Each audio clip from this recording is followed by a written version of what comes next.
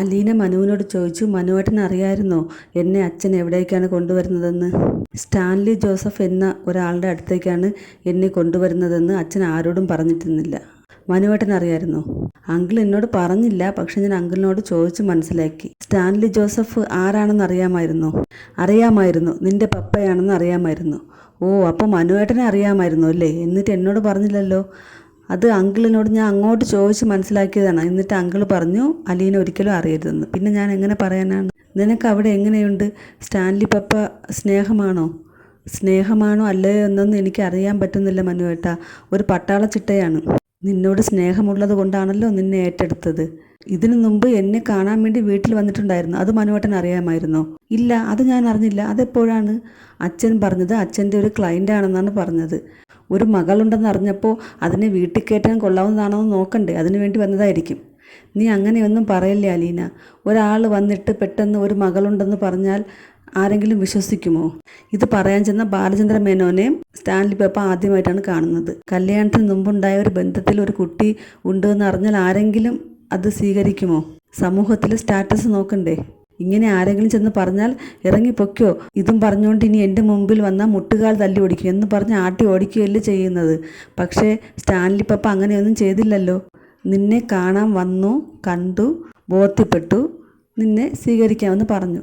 അത് ഏതൊരാളും ചെയ്യുന്ന കാര്യമല്ലേ? വേറൊന്നും നോക്കാതെ നിന്നെ സ്വീകരിക്കാമെന്ന് പറഞ്ഞില്ലേ? അപ്പോൾ അത് നിന്നോട് സ്നേഹമുള്ളത് കൊണ്ടല്ലേ. വേറെ ആരെങ്കിലും അങ്ങനെ ചെയ്യുമോ? മനുവേട്ടൻ ഇങ്ങനെയൊക്കെ പറഞ്ഞപ്പോൾ എനിക്കൊരു സമാധാനം തോന്നുന്നുണ്ട്. ഇത്രയും സമയം ഞാൻ വളരെ ടെൻഷനിലായിരുന്നു. എൻ്റെ കൂടെ നിൽക്കണേ മനുവേട്ട, എനിക്ക് ആരുമില്ല, ഞാൻ ഒറ്റയ്ക്കായിപ്പോയി. നിൻ്റെ കൂടെ ഞാനുണ്ട്. നിനക്ക് എന്താവശ്യമുണ്ടെങ്കിലും എന്നെ അപ്പോൾ തന്നെ വിളിച്ചോ, ഞാനില്ലേ കൂടെ. അകലെയാണെങ്കിലും അടുത്ത് തന്നെ ഞാനില്ലേ. ഇനി ഞാൻ കുട്ടികളെ ഒന്ന് വിളിക്കട്ടെ എന്ന് പറഞ്ഞിട്ട് അലീന ഫോൺ വെച്ചു. അതിനുശേഷം രോഹിത്തിനെ വിളിച്ചു. രോഹിത്ത് അലീനയുടെ കോൾ പ്രതീക്ഷിച്ചിരിക്കുകയായിരുന്നു. കൃഷ്ണമോൾ ഓടി വന്നു. എന്നിട്ട് ഭവതിയെ പോയി വിളിച്ചുകൊണ്ട് വന്നു. മൂന്നുപേരും കൂടി അടിയാണ് അലീനയോട് സംസാരിക്കാൻ. പിന്നെ രോഹിത്ത് സ്പീക്കറിലിട്ടു. അലീന ചേച്ചി, അവിടെ ആരൊക്കെയുണ്ട്? അവിടെ എങ്ങനെയുണ്ട്? ഇഷ്ടപ്പെട്ടോ? വീടൊക്കെ എങ്ങനെ? എല്ലാവരും കൂടി ചോദിച്ചു. അലീന പറഞ്ഞു, വലിയ വീടാണ്, വലിയ ബംഗ്ലാവാണ്, ഒരുപാട് മുറികളുണ്ട്. അലീന ചേച്ചിക്ക് എന്താണ് അവിടെ ജോലി? ജോലിയൊന്നും പറഞ്ഞില്ല. ഞാനിന്ന് വന്നതല്ലേ ഉള്ളൂ. റെസ്റ്റ് എടുക്കട്ടെ എന്ന് വിചാരിച്ചായിരിക്കും. നാളെ പറയുമായിരിക്കും. അവിടെ ആരൊക്കെയുണ്ട്? ഹൗസ് ഓണറും കുറച്ച് ജോലിക്കാരും മാത്രമേ ഉള്ളൂ. സ്ത്രീകൾ ആരുമില്ലേ? സ്ത്രീകളെ ആരെയും ഞാൻ ഇതുവരെയും കണ്ടില്ല. അയ്യോ, അലീന ചേച്ചിക്ക് പേടിയാകില്ലേ സ്ത്രീകൾ ആരുമില്ലാത്ത വീട്ടിൽ ഒറ്റയ്ക്ക് താമസിക്കാൻ? ബബിത പറഞ്ഞു, ഈ അച്ഛനെ പറഞ്ഞാൽ മതിയല്ലോ ഒന്ന് നോക്കാതെ കൊണ്ടാക്കിയത്. ഇല്ല മോളെ, അച്ഛൻ എല്ലാം അന്വേഷിച്ച് തന്നെയാണ് കൊണ്ടാക്കിയത്. അച്ഛന് അത്രയ്ക്ക് ഉറപ്പുള്ളത് കൊണ്ടല്ലേ അച്ഛൻ എന്നെ ഇവിടെ കൊണ്ടാക്കിയത്. അതുകൊണ്ട് എനിക്ക് അതിനെക്കുറിച്ചൊന്നും ഓർത്ത് ഒരു പേടിയുമില്ല. പിന്നെയും അവർ കുറേ സമയം സംസാരിച്ചിട്ട് ഫോൺ വെച്ചു. അലീന രാവിലെ ഇറങ്ങി പുറത്തൊക്കെ നടക്കുകയാണ്. അപ്പോൾ ഒരു ചേച്ചി മുറ്റം അടിച്ചു വാരാൻ വേണ്ടി വന്നു. അവർ മുറ്റം അടിച്ചു വാരിയിട്ട് പാത്രങ്ങളൊക്കെ കഴുകി വെച്ചു.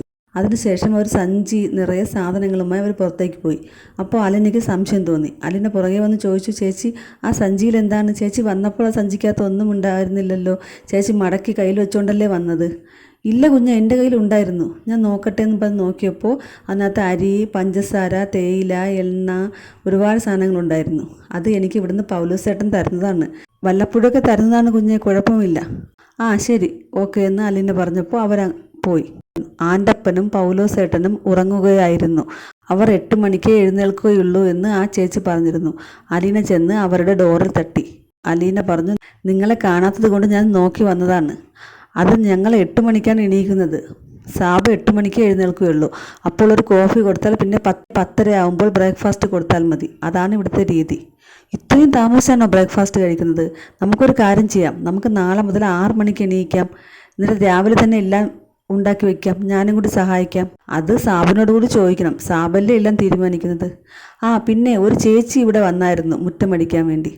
അത് സ്ഥിരം വരുന്നതാണല്ലോ. അവൾ പോയില്ലേ ഇതുവരെ? അവൾക്കറിയാമല്ലോ ഞങ്ങൾ 8 മണിക്ക് എഴുന്നേൽക്കാറുള്ളൂ എന്ന്. അവർ പോയി. പിന്നെ ഒരു കാര്യം, അവർ പോയപ്പോൾ ഒരു സഞ്ചി നിറയെ വീട്ടുസാധനങ്ങളൊക്കെ എടുത്തുകൊണ്ട് പോയായിരുന്നു. നിങ്ങളെ കൂടി അറിഞ്ഞിട്ടാണോ?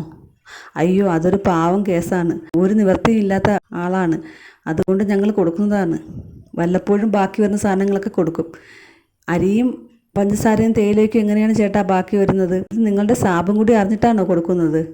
അപ്പോൾ അവർ രണ്ടുപേരും ഒന്നും മിണ്ടുന്നില്ല. അത് പാവങ്ങളാണ്, അതുകൊണ്ട് കൊടുക്കുന്നതാണെന്ന് മാത്രം പറഞ്ഞു. അലീന വന്ന് അവരെ വിളിച്ചുണർത്തിയതും ഇതൊക്കെ ചോദിച്ചതൊന്നും അവർക്ക് രണ്ടുപേർക്കും ഇഷ്ടപ്പെട്ടില്ല. പക്ഷേ അലീന അത് ഭാവിച്ചില്ല. അലീന തിരിഞ്ഞു നടന്നു പോയി.